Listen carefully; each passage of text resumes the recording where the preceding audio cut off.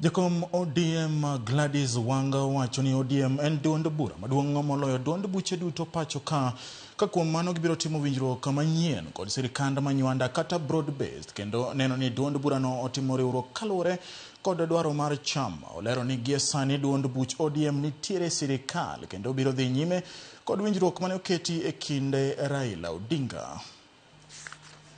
Kwa hivyo sisi kama chama cha ODM tumeona hiyo opinion poll, na opinion poll imesema ya kwamba umaarufu ya ODM inaongezeka, na sasa ODM sahii tukizungumza, ODM ndio chama ambayo iko na umaarufu zaidi hapa Kenya.